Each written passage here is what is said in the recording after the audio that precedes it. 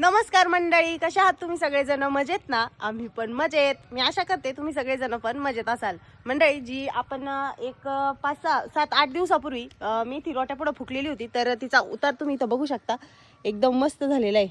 हे पहा, काही ठिकाणी इकडे थोडीशी दाट झाली आहे, तर कडाचा वाफा पण थोडा दाट झालाय आणि इकडे मध्ये पातळ पातळ झाली. तर रोट्या पुढे फुकलेली मेथी जी आहे ती जवळपास आपली चांगली उतरलेली आहे. हे बघा, सध्या लाईट जी आहे ती सकाळी 11 वाजेपर्यंतच होती आम्हाला, तर सकाळीच रेन पाईप चालू करून तिला पाणी पण दिलेलं आहे. मंडळी, माझ्या पाठीमागा हा तुम्हाला जो बाहुबली गवताचा आपल्या घराच्या पाठीमागचा प्लॉट आहे, तर याच्या आपण एका सरीला बाहुबली गवत लावलेलं आहे बघा. आणि एक सरी जी आहे तर ती रिकामी आहे, तर ते एका सरीला आम्ही आज लावणार आहे हे लाल मकाचं बी. तर हे लाल मकाचे कणस जे आहेत ना, तर ते तृप्तीच्या पप्पांना त्यांच्या मित्रांनी 4 कणस दिले होते. मागच्या वर्षी दिले ते ना, मागच्या वर्षी आणले होते. पण ते म्हणजे असं लावायचं कुठं बा, आपल्याला बी अजून तयार करायचंय, तर लावायचं कुठं, नंतर लावू, जागा झाली का मग लावू. एका कडाला लावलं तर ते व्यवस्थित होणार नाही. तर असं करता करता त्याच्यातले 2 कणसांना का अक्षरशः सगळे सोंडे लागले होते. आणि त्यातलं तुमच्यातलं बी दाखव किती आहे. तर 4 कणसापैकी फक्त जवळपास 2च कणसांचं बी. हे पहा मंडळी, एवढंच बी आमच्या हाताला आलेलं आहे. तर आता भरपूर बी होणार आहे. तर त्याची चालू आहे आता आमची इथं लागण. हे बघा, असं एवढं अंतर आम्ही ठेवतोय एका बाजूला. तर जवळपास बाहुबली गवत लावून जवळपास 1.25 ते 1.5 महिना झाला ना. 1.25 ते 1.5 महिना झालाय. आणि त्याच्यानंतर आम्ही हे मकाचं बी त्याच्यामध्ये लागवड करतोय, कारण बाहुबली गवत जे आहे ते थोडंसं दममाने वाढतं आणि मका जे आहे तर ती भरभरवर वाढून गेली असती सोबत जर लागवड केली असती तर, आणि आपल्या बाहुबली गवताला मकाचा वसवा झाला असता. तर ह्या कारणामुळे आम्ही जवळपास 1.25 महिन्यानंतर मकाचं बी जे आहे ते लावतोय. तर बघू आता आमचं घरचं बी तयार होईल.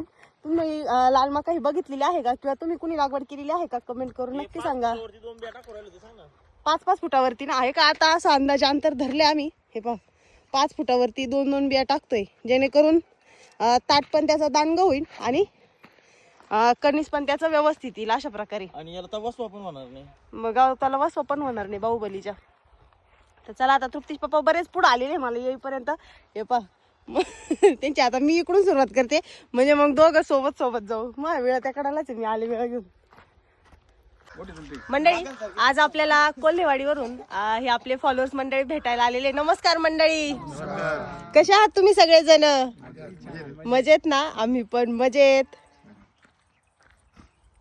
आम्ही ताईंच्या गोठ्यावर आलो होतो आज, आणि नेपियर वगैरे आम्हाला पाहायला मिळालं. आम्ही कोल्हेवाडी गावचे असून, जवळ असून खूप दिवसांनी आलो, आणि बऱ्याच वेळा आम्ही व्हिडिओ क्लिप बघतो. आम्हाला आनंद वाटतो का एक खूप असं छान असं मार्गदर्शक आमच्या जवळ आहे, आणि आम्हाला बऱ्याच दिवसातून यायला मिळालं, त्याचा आम्हाला खूप अभिमान आहे. आणि जे करतायत ताई एकदम छान आणि ओरिजिनल आहे सगळं. कधी कधी मुलांना बाकीच्यांना काय वाटतं की डुप्लिकेट बनवून काही व्हिडिओसाठी व्हिडिओसाठी विक्री करतात का काय, पण तसं काही नाही आहे. मी स्वतः ॲग्रिकॉस असून मी स्वतः आज पाहणी केली आणि मला खूप छान वाटलं. ताईंचं काम चांगलं आहे आणि त्यांना एक पुढील या कार्यासाठी शुभेच्छा देतो आमच्या टीमच्या वतीनं, आमच्या कोल्हेवाडी गाव, आमच्या निसर्ग कृषी उद्योग समूहाच्या वतीनं खूप खूप शुभेच्छा ताई तुम्हाला. धन्यवाद. नमस्कार. पूजाताई डेंगळे आणि एक श्रमाला प्रतिष्ठा या ताईंनी मिळून दिली. स्त्री आपल्या भारतीय संस्कृतीमध्ये आजपर्यंत कष्टच करीत आली, परंतु शेतकऱ्याच्या स्त्रीला इतका सन्मान ताईंनी आपल्या रीलच्या माध्यमातून निर्माण करून दिला, हीच खरोखर अभिमानाची बाब वाटते. आणि ताईंनीही अजून इथून पुढेही श्रमाला प्रतिष्ठा प्राप्त करून देण्याचं काम असंच सुरू ठेवावं आणि शेतकऱ्याचा सन्मान होईल असंच कार्य करीत राहावं. धन्यवाद. धन्यवाद. नमस्कार. तुम्हाला सर्वांना भेटून एकदम मस्त छान वाटलं. त्यांना पण जरा गडबड आहे तर ते घरी पण आले नाही, तर रस्त्यावरूनच रिटर्न चाललेत.